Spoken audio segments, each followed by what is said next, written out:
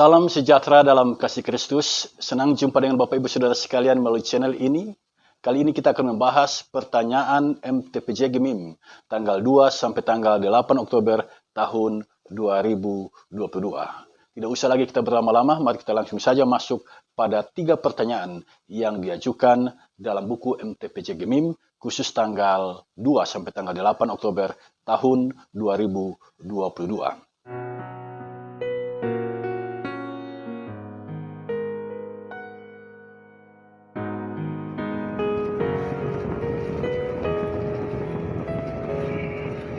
Pertanyaan yang pertama, daftarkan dan uraikan luka-luka umat dan penyebabnya dalam bacaan Alkitab Yeremia 30 ayat 1 sampai ayat yang ke-24. Saudara, kita semua tentu tahu apa itu luka. Nah, di sini kita diminta daftarkan dan uraikan luka-luka umat dan penyebabnya. Secara harfiah, luka adalah terputusnya kontinuitas suatu jaringan oleh karena adanya cedera atau pembedahan. Menurut Kamus Bahasa kita, ada 2 pengertian luka. Yang pertama secara fisik, pecah, cedera, lecet, dan sebagainya pada kulit karena kena barang yang tajam dan sebagainya. Yang kedua, menderita. Ada banyak jenis luka. Luka bakar misalnya, itu luka karena kena api. Luka hati misalnya, luka karena sakit hati, luka parah, luka yang sangat berat, dan sebagainya. Nah, dalam pertanyaan nomor 1, kita diminta untuk mendaftarkan dan menguraikan luka-luka umat dan penyebabnya. Dibatasi dalam kitab Yeremia 30 ayat 1 sampai 24. Itu berarti kerja kita adalah menginventarisasi luka umat dan mencari tahu penyebabnya. Nah, dengan memahami pertanyaan ini, maka kita harus tahu dulu kedudukan teks dari Yeremia pasal 30 ayat 1 sampai ayat yang ke-24 ini. Saudara, yang digambarkan di sini bukan berarti bahwa Yeremia sedang berada di tanah pembuangan Babel, lalu dia menyaksikan penderitaan umat, dan dia menggambarkan penderitaan umat yang terjadi saat itu. Bukan. Sebab kalau kita belajar dalam kitab Yeremia pasal 1, kita tahu bahwa Yeremia ini hidup di tanah Yehuda, di Yerusalem, dalam zaman pemerintahan Yosia bin Amos, Raja Yehuda, sampai tahun yang ke-11, zaman Sedekia bin Yosia, Raja Yehuda. Jadi ketika Yeremia bernubuat, dia berada di tanah Yerusalem. Ketika dia melayani, dia berada di tanah Yerusalem. Nah, yang kita baca saat ini, Yeremia 30 ayat 1 sampai 24, itu adalah nubuat. Saudara, kita tahu bersama bahwa Yeremia bernubuat tahun 626 sampai tahun 586 sebelum Masehi. 40 tahun dia bernubuat di tanah Yerusalem. Jadi kedudukan teks ini bukan disuarakan Yeremia di tanah pembuangan, bukan. Tetapi ini adalah gambaran nubuat Yeremia tentang hukuman Tuhan dan pemulihan darinya. Dan ini disuarakan di kota Yerusalem, di tanah Yehuda. Sekarang mari kita lihat, dengan memahami latar belakang teks ini, sekarang mari kita lihat daftar luka yang dialami oleh umat jika nanti mereka akan memasuki tanah pembuangan. Nah, luka yang dimaksud itu dicatat dalam ayat yang ke-12 bacaan kita.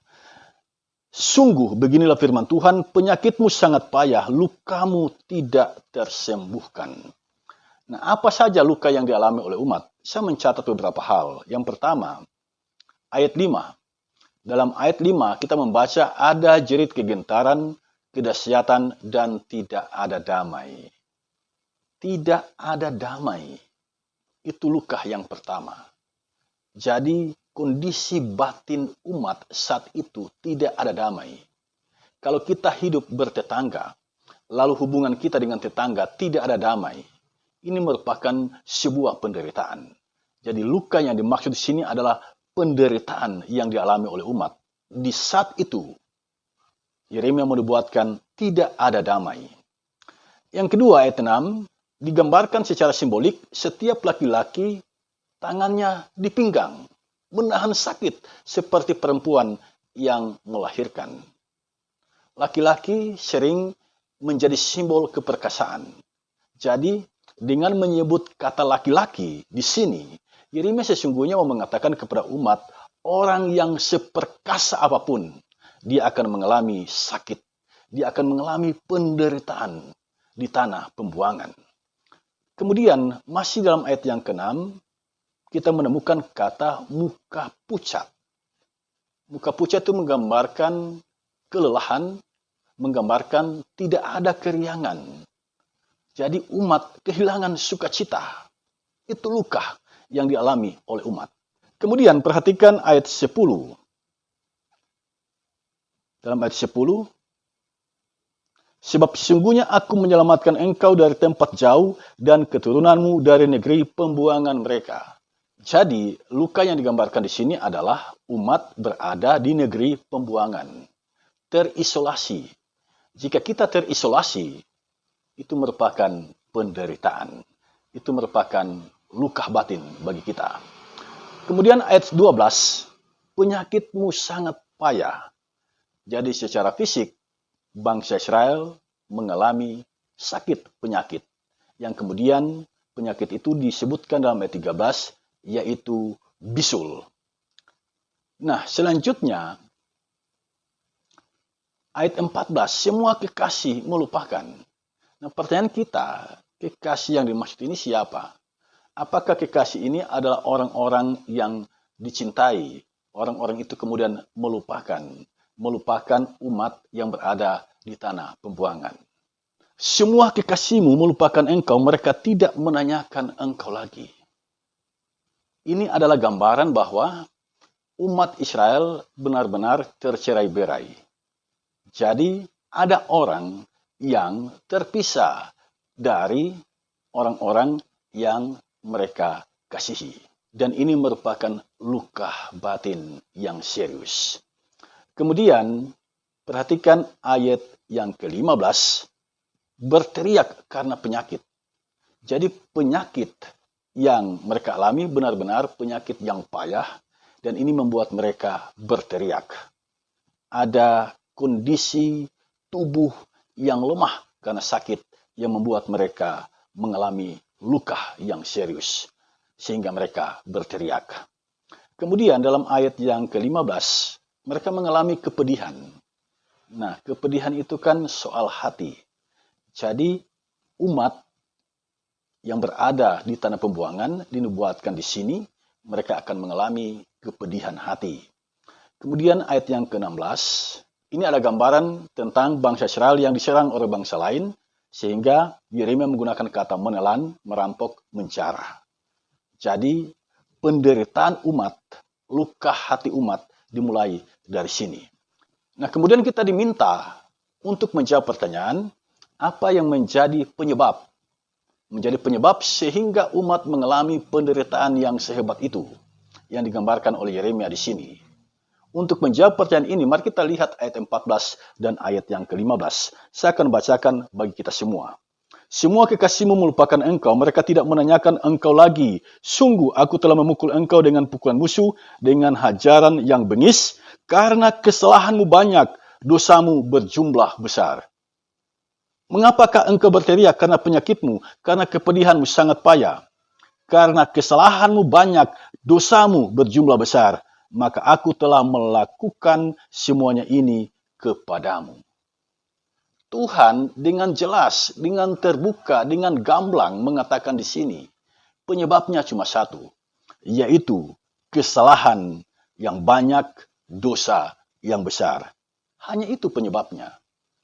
Jadi jika umat dibuang ke tanah Asyur, dibuang ke tanah Babel, semuanya itu adalah akibat karena mereka telah berbuat dosa kepada Tuhan. Karena umat berdosa, maka Tuhan sendirilah yang menghajar mereka melalui bangsa-bangsa di sekitar mereka, yaitu bangsa Asyur untuk kerajaan Israel Utara dan bangsa Babel untuk kerajaan Israel Selatan. Semuanya dipakai oleh Tuhan untuk menghajar, untuk menelan, untuk menjara umat yang berada di tanah perjanjian Israel. Nah, ini sesungguhnya yang menjadi penyebab mengapa sampai mereka mengalami penderitaan, mengapa mereka mengalami luka. Nah, pertanyaan kita selanjutnya adalah apa sesungguhnya dosa yang dilakukan oleh umat Israel? Jika kita membaca keseluruhan kitab Yeremia, maka kita menemukan ada dua dosa besar yang dilakukan oleh bangsa Israel. Yang pertama, mereka tergoda menyembah berhala. Ini adalah dosa yang Tuhan tidak suka. Mengapa? Karena ketika mereka menyembah berhala, itu berarti mereka tidak lagi mengandalkan kuasa Tuhan sepenuhnya, tetapi mereka mengandalkan kuasa berhala. Yang kedua, kesombongan. Pada zaman Hizkia misalnya, Hizkia menyombongkan perbendaharaan bait Allah. Sehingga Yesaya mengingatkan Hizkia dan bernubuat bahwa semua yang diperlihatkan oleh Hizkia itu akan diangkut ke tanah Babel. Jadi dua hal ini sesungguhnya yang paling mendasar yang menjadi dosa umat Israel, yaitu penyembahan berhala dan kesombongan. Kesombongan inilah yang membuat umat lebih mengandalkan bantuan bangsa lain untuk menghadapi lawan mereka daripada mengandalkan Tuhan. Dan ini menjadi catatan penting bagi kita. Ternyata luka yang dialami oleh umat, penderitaan yang dialami oleh umat, penyebabnya adalah dosa. Betapa mengerikannya dosa itu, sehingga kita diminta untuk lebih mawas diri, berjaga-jaga agar tidak masuk ke dalam lumpur dosa. Yang kedua, pertanyaan yang kedua, ini menarik saudara sekalian, bagaimanakah cara pemulihan Allah dalam naskah ini? Ini menarik saya katakan sebab di sini kita akan belajar cara Allah memulihkan umat yang menderita, cara Allah memulihkan umat yang kehilangan masa depan, cara Allah memulihkan umat yang sedang mengalami kepahitan hati di tanah pembuangan, yang sedang terisolasi di tanah pembuangan.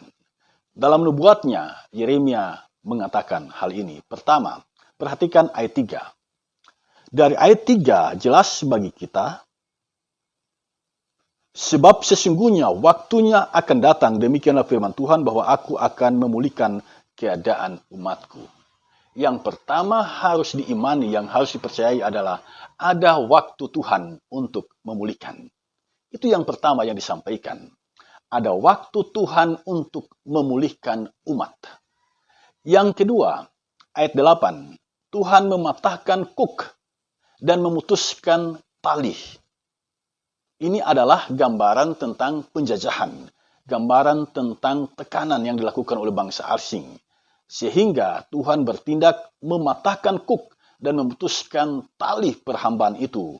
Sehingga bangsa Israel tidak lagi mengabdi kepada bangsa lain, sehingga mental mereka benar-benar dipulihkan.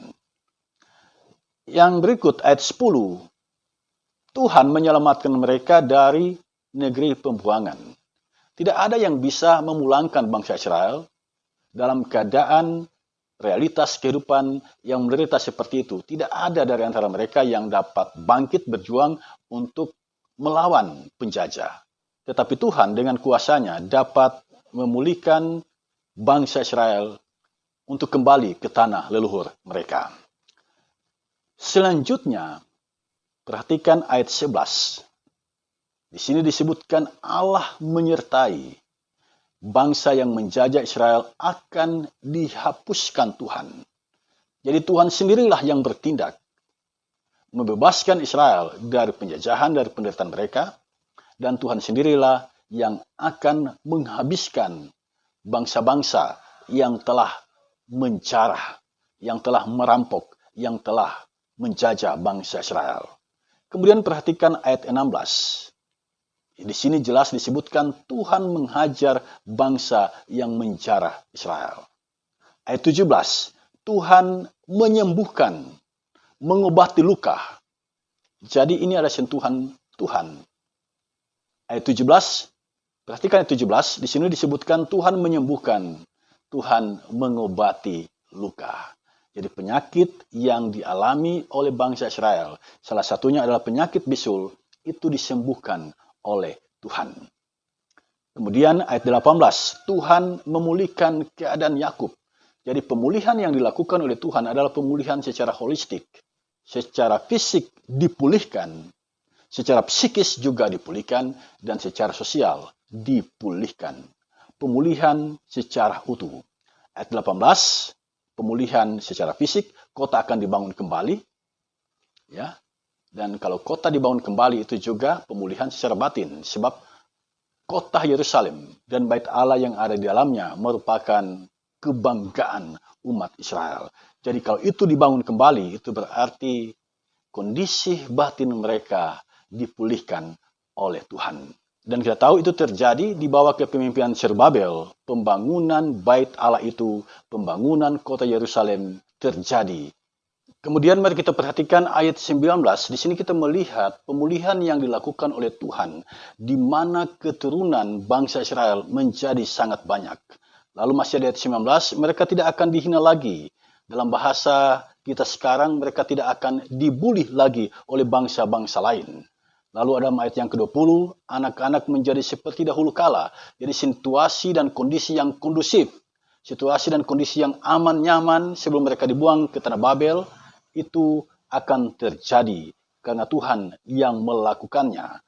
Dalam ayat yang ke-20, orang yang menindas itu dihukum oleh Tuhan. Jadi ada keberpihakan Tuhan bagi bangsa Israel sekarang.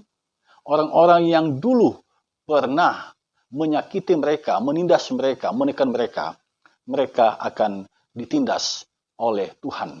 Mereka akan dihukum oleh Tuhan. Dan muara dari semuanya itu, perhatikan ayat 22. Israel menjadi umat Tuhan, menjadi umat Yahweh, dan Tuhan atau Yahweh itu menjadi Allah mereka. Dari sini kita dapat simpulkan bahwa Tuhan Allah melakukan pemulihan secara holistik bagi umat. Secara fisik mereka dipulihkan, secara psikis mereka juga dipulihkan, dan secara sosial mereka dipulihkan. Sekarang mari kita masuk pada pertanyaan nomor 3. Bagaimana bentuk program pemulihan yang mesti dilakukan gereja pada saat ini, mulai dari aksi di kolom? Ini pertanyaan yang bagus sekali, saudara sekalian. Kita diminta untuk memikirkan aplikasi dari kebenaran firman Tuhan dalam kitab Yeremia pasal 30 ayat 1 sampai ayat yang ke-24, atau aplikasi dari pertanyaan yang diajukan nomor 1 dan nomor 2. Nah, kita diminta untuk melihat bagaimana bentuk program pemulihan yang mesti dilakukan oleh gereja. Dan itu dimulai dari kolom. Saudara, pemulihan, mengapa disebut di sini dimulai dari kolom? Pemulihan itu harus dimulai dari komunitas terkecil. Dan di jemaat, komunitas yang terkecil adalah keluarga. Nah, keluarga-keluarga ini dihimpun dalam satu wadah yang namanya kolom. Jadi kalau di kolom terjadi pemulihan, maka otomatis jemaat mengalami pemulihan. Nah, pemulihan itu harus dihidupkan melalui program-program yang dibuat oleh gereja. Gereja harus peka terhadap situasi dan kondisi kehidupan umat Allah. Sebab gereja adalah manifestasi dari kasih Allah.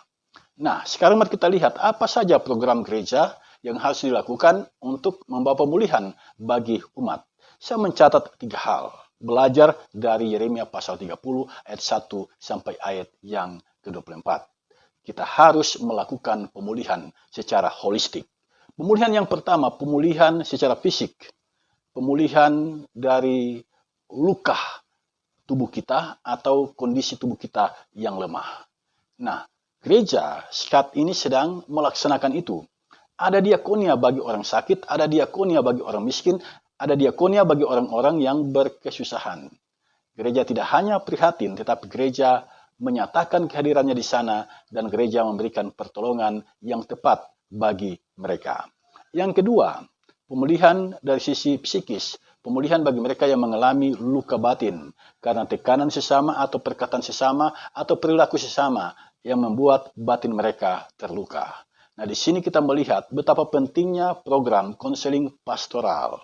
Mengunjungi setiap pribadi, mengunjungi setiap individu, membangun komunikasi dalamnya, bersengkrama, bercerita, berdialog, berdiskusi tentang hal-hal yang membuat mereka mengalami luka psikis atau luka batin. Dan gereja saat ini sedang melakukan itu. para majelis jemaat di kelompok, bersama dengan pendeta jemaat, bersama dengan badan pekerja majelis jemaat, melakukan kunjungan dan mencoba dengan segala upaya menyelesaikan luka batin yang disebabkan oleh relasi yang tidak baik dengan orang lain.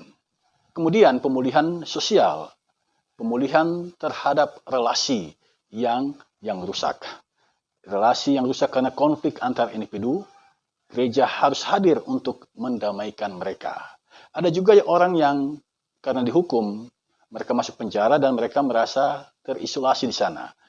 Mereka merasa sampah masyarakat. Mereka merasa tidak lebih baik dari orang lain. Nah, gereja harus menjembatani ini. Gereja harus hadir di sana, memberikan pemulihan bagi orang-orang yang memiliki perasaan yang seperti itu. Intinya adalah dalam melakukan pemulihan sosial, gereja harus menjadi pembawa damai bagi sesama. Gereja harus berjuang untuk menghadirkan damai dalam kehidupan jemaat. Inilah beberapa jawaban yang boleh saya berikan atas pertanyaan yang diajukan dalam buku MTPJ Gemim tanggal 2 sampai tanggal 8 Oktober tahun 2022. Segala hikmat bersumber dari Tuhan, muliakanlah Tuhan yang telah memberikan hikmat bagi kita di dalam memahami kebenaran firman-Nya. Tuhan memberkati kita semua. Shalom.